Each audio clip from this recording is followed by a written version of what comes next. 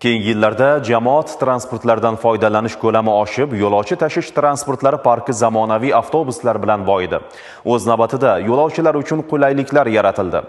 Shu asnoda jamoat transportiga talab ham oshdi. Yo'lovchilar oqimi tig'izlashdi. Bu esa fuqarolarning yo'llarda harakat xavfsizligini ta'minlash, qolaversa mayda bezorilik, o'g'irlik va firibgarlik jinoyatlarining oldini olish zaruratini taqozo etadi. Shu bois viloyat ichki ishlar boshqarmasi, yo'l harakat xavfsizligi boshqarmasi xodimlari hamda viloyat transport boshqarmasi Xorazm yo'lovchi tashishni monitoring va nazorat qilish davlat muassasasi bilan hamkorlikda targ'ibot ishlari olib borilmoqda. Mavzuni muxbirimiz davom ettiradi. Barcha sohalarda bo'lgani kabi yo'lovchi transportlarida ham zamonaviy texnologiyalardan samarali foydalanish orqali xavfsizlikni ta'minlash, jinoyatchilikni oldini olishda yangi avtobuslarning imkoniyatlari oshib bormoqda. Bunda bevosita ularga o'rnatilgan kuzatuv kameralari, monitor va boshqa yangi texnologiyalarning ahamiyati katta ekanligiga guvoh bo'lamiz.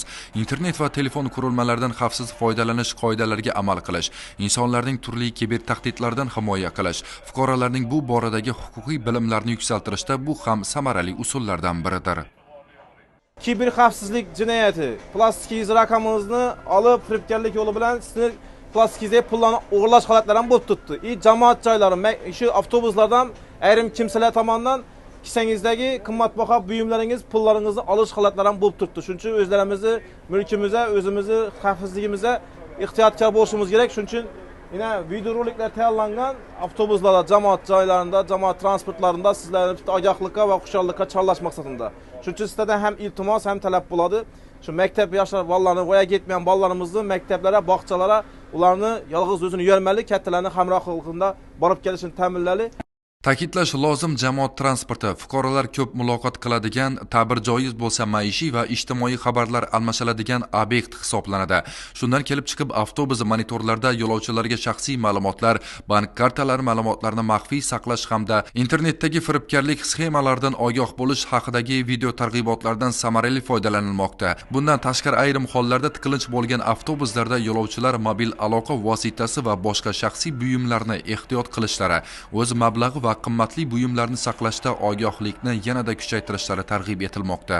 Bolalar xavfsizligini ta'minlash va kiber xavfsizlik haqidagi avtobuslarda qilayotgan targ'iboti, televideniyada qilayotgan targ'iboti xalqimiz uchun faqat foyda, nafat keladi. Bu farzandlarimizni xavf-xatardan, xilma-xil avariyalardan saqlaydi va o'zimizni moddiy boyliklarimizni xohlang cho'ntagimizda bo'lsin, xohlang kartochkalarda bo'lsin, bularni ehtiyot bo'lishga chaqirishi uchun bu targ'ibot ishlarida muvaffaqiyatlar tilayman. Bundan tashqari viloyat ichki ishlar boshqarmasi yo'l harakati xavfsizligi boshqarmasi xodimlari tomonidan avtobus haydovchilarining yo'lovchi tashish bo'yicha ham xavfsizlik me'yorlariga qat'iy amal qilishlari borasida tushuntirish va nazorat ishlari yo'lga qo'yilgan. Shu bois yo'lovchi tashish faoliyati bilan shug'ullanuvchi haydovchilardan boshqa haydovchilarga qaraganda yanada ko'proq mas'uliyat talab qilinadi. Ular zimmasida nafaqat o'zi va atrofdagi boshqa harakat ishtirokchilarining, balki yo'lovchilarning ham xavfsizligini ta'minlash, har birini o'z manziliga sog'-omon yetkazishdek mas'uliyat turadi. Shuningdek, aholining barcha qatlamlari, ayniqsa bank plastik kartalaridan foydalanuvchi pensioner va ijtimoiy to'lovlarni oluvchilar, yoshlar o'rtasida elektron mablag'ni noqonuniy tajovuzlardan himoya qilishning eng sodda usullarini tushuntirishga qaratilgan keng ko'lamli tashviqot tadbirlari tashkil etilmoqda. Shu bilan birga yo'lovchilarga yo'llarda harakatlanganda amal qilishi zarur bo'lgan qoidalar, shuningdek mol-mulk hamda shaxs xavfsizlik talablari sodda usulda tushuntirib borilyapti. Bu kabi targ'ibot ishlari shahar va tumanlar markazlari, savdo majmualaridagi katta monitorlar orqali olib borilmoqda.